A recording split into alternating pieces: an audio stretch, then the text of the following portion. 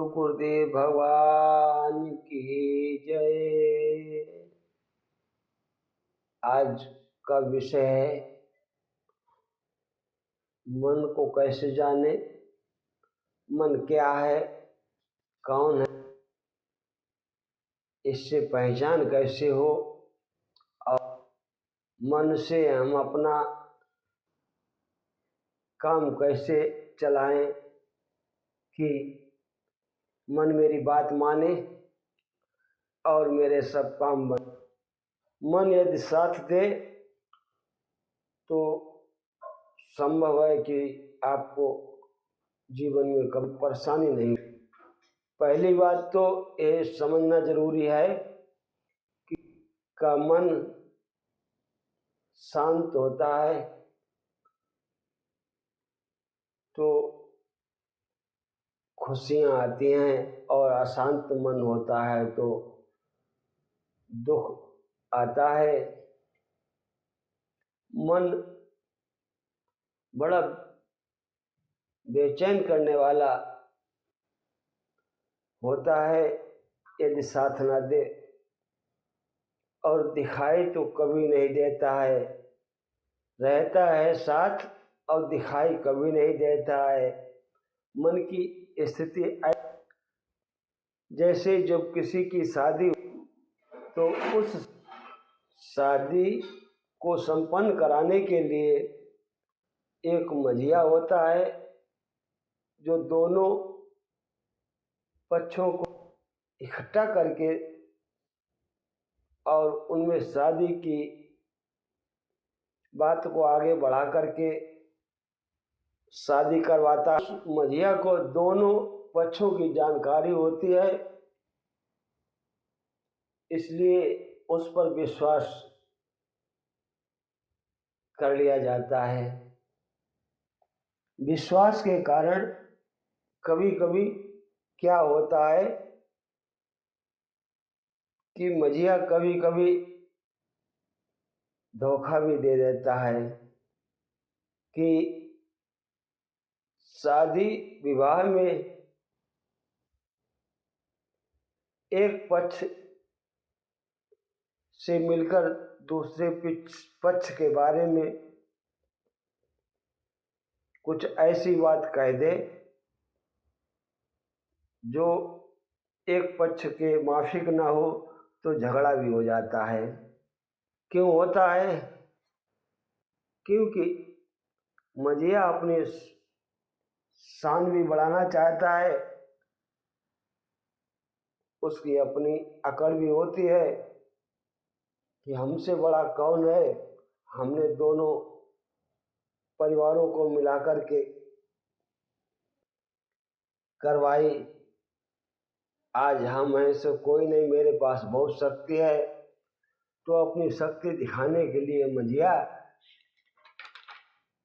मौका निकाल करके झगड़ा भी करवा देता है और इसके बाद दोनों पक्षों से अलग अलग मिलकर कुछ बातें कहकर दोनों पक्षों को खुश करके विवाह संपन्न करा देता है। क्या चाल मझिया की कि वो है दोनों को खुश भी कर रहा है और दोनों को लड़ा भी रहा है, दोनों को खुशी रहने का आशीर्वाद भी दे रहा है और अपने को शाबाशी भी दे रहा है। बीच में ना इधर ना इधर, बीच में, और जो बीच में होता है उसको देखना मुश्किल होता है, वो दिखाई नहीं देता है, इसलिए मन भी कभी दिखाई नहीं देता है। मेरा मन जन्म जन्मांतर से मेरे साथ है और हमने किसी को नहीं बता पाया कि आज मैंने अपना मन देखा, जबकि मन से ही सारी क्रियाएं होती हैं। मन के ही कारण से हम सुखी भी हैं, दुखी भी हैं, कारण केवल मन ही है। मन सबसे बड़ा खिलाड़ी है ये बीच में रहता है और अपनों को सताता भी है और सुरक्षा भी देता है। इसलिए मन से कोई जीत नहीं पाता। मन के एक तरफ तो शरीर है और दूसरी तरफ आत्मा है। इन दोनों की मित्रता संग यदि मन करा दे तो जीवन में दुख रहने का कोई कारण ही नहीं बचेगा। दुख कैसे और कहाँ से आएगा, दुख को आने की जगह नहीं मिलेगी। मन खुश हो जाए कि दोनों को एक करा दे, समझा दे। लेकिन मन को ये सब बातें अच्छी नहीं लगती। आप सुखी रहें, मन हम शरीर के ही पक्ष में रहा है, क्योंकि वह चाहता है तरह तरह के लोभ देकर के मनुष्य को ऐसा भटका दिया जाए कि वह अपनी आत्मा को ना जान पाए, अपने स्वभाव को ना जान पाए। तो क्या करता है कि भाई शादी कर लो, सुखी हो जाओगे, धन व्यापार कर लो, सुखी हो जाओगे, बच्चे पैदा कर लो, सुखी हो जाओगे। और आप इसकी चाल नहीं समझ पाते और इसको अपना मानकर भरोसा कर लेते हैं और शादी करके 2 4 5 बच्चे के परिवार के मालिक हो जाते हैं। और फिर क्या होता है, जीवन में मन की मानकर अपने संकट में पड़ा हुआ पाते हैं। ऐसा संकट कि पछताते हैं कि मन की ना मानी होती तो आज हमसे अच्छा कोई नहीं होता। जीना हराम हो गया है। कल तक आप मालिक थे, अब तो 2 4 5 बच्चे सब आपके मालिक हो गए और आदेश देते हैं, कुछ सोचने भी नहीं देते कि अब हम किधर जाएं, इधर जाएं या उधर जाएं। मन की माने या आत्मा को देखें, तब मन की चाल समझ में आती है। तब तक बुढ़ापा आकर के मृत्यु की गोद में सोने की का समय आ जाता है। जैसे आए थे खाली हाथ, वैसे खाली हाथ वापस चले जाते हैं। ऐसा जन्म जन्मों से होता आया है आपके साथ में, और यही मन का संसार है। मन दोनों तरफ है। ये आप से खुश हो जाए तो यही मन आपको सदा सदा के लिए सुखी कर सकता है। कि मन आपसे कहे कि ये संसार दुखों का सागर है, दुखों से भरा हुआ है, नाना प्रकार के दुख हैं, आप ध्यान करो परमात्मा का, अपनी आत्मा का। और परमात्मा आत्मा की एकता के बिना आप कभी शांति को प्राप्त नहीं हो सकते हैं। आपको शांति पाना है तो अपने स्वरूप का ध्यान करो।